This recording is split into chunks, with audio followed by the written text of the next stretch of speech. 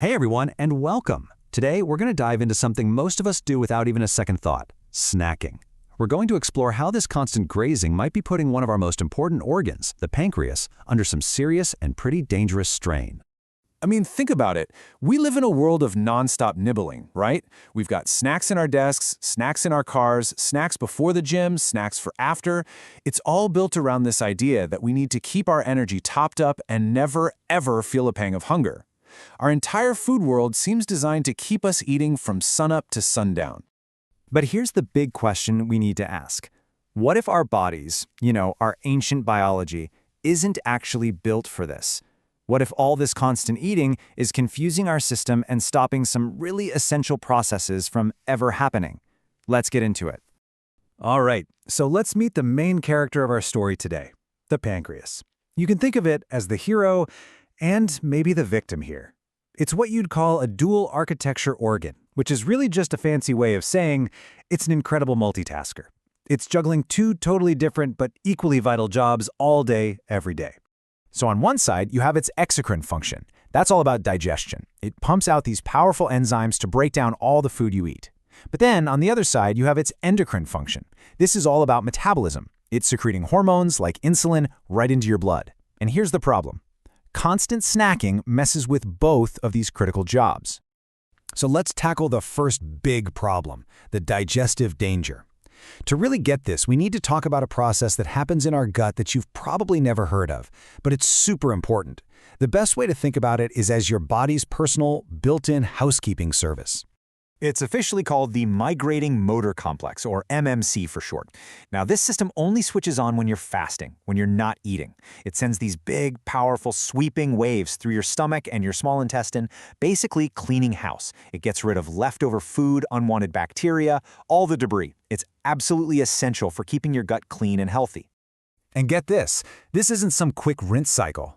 For the MMC to do one full, top-to-bottom cleaning sweep, it takes about 90 to 120 minutes. It needs a solid, uninterrupted chunk of time to get its job done. So here's how it plays out in real life. You eat a meal, right? Your body goes into digestion mode. A while later, once your stomach is emptied, the MMC housekeeper finally comes in to start cleaning up the mess. But what happens? You grab a snack. It doesn't matter if it's a few almonds or just one little cracker. The second that food hits your system, your body slams on the brakes. The cleaning is called off immediately to deal with the new food. This quote just says it all perfectly. Every time you eat, it's like hanging a "Do Not Disturb" sign on your gut's door. The cleaning crew is told, nope, can't come in yet. So if you're snacking every couple of hours, that sign basically never comes down. The housekeeper never gets a chance to work. So what are the consequences? Well, they aren't fun. When that cleaning crew is always on standby, bacteria and gunk start to build up where they shouldn't be. This can actually lead to a condition called SIBO, small intestinal bacterial overgrowth. And if you've ever dealt with chronic bloating, gas, or just general abdominal pain, this could be why. You're essentially creating a permanently dirty gut. Okay, so that's the digestive danger. But honestly, that's only half the story. Now we need to pivot to the second, and maybe even more serious problem, the metabolic danger. And this brings us back to the pancreas's other job, and the hormone that runs the whole show, insulin. So here's the basic deal. You eat, your blood sugar goes up, and your pancreas releases insulin. Insulin is like a key. Its job is to unlock your cells and let that sugar in, either to be used for energy right away or stored for later. This is a perfectly normal, healthy, and necessary process. But this chart, wow, this really shows the difference. Look at the bar for 3 meals. You see those spikes in insulin? Totally normal. But the crucial part is that it comes all the way back down to a low baseline in between.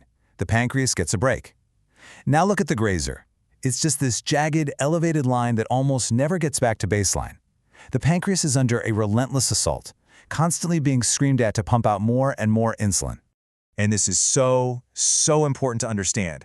When your insulin levels are low, when your pancreas is on a break, your body can easily switch into fat-burning mode. It can access your stored energy. But when insulin is high, your body is locked into storage mode. Fat burning is turned off. So if you're snacking all day long, you are pretty much telling your body, hey, store fat and never, ever burn it. And this is the slippery slope. This is where it gets really dangerous. Constant snacking leads to constantly high insulin. Over time, your cells just get tired of hearing the same signal over and over. They start to ignore it. They become resistant. So what does the pancreas do? It works even harder, shouting louder, pumping out even more insulin. Eventually, the little cells in the pancreas that make insulin, the beta cells, can just get exhausted and start to give up. This is the direct path to serious metabolic problems. So, after all that doom and gloom, what's the solution? Well, the good news is it's actually beautifully simple. It's not about eating less. It's about eating less often. It's all about giving your pancreas the scheduled breaks it was designed for. Really, the key is just creating space. The goal is to get at least a 4-hour gap between your meals. That gives the MMC housekeeper time to do a full cleaning cycle. It also means shifting your mindset to prioritize 3 solid, structured meals instead of just grazing all day. And a big one, give your body a solid 12-hour break overnight. A simple tip? If you feel hungry between meals, drink a big glass of water first. You'd be surprised how often we're just thirsty. So the real takeaway is this. Your pancreas works tirelessly for you, 24/7, managing both messy digestion and your entire energy economy. But our culture of constant snacking forces it to work around the clock with no days off, leading to a dirty gut and a stressed-out metabolism. So the final question is pretty simple. Isn't it time you gave it the scheduled break it so desperately needs and deserves?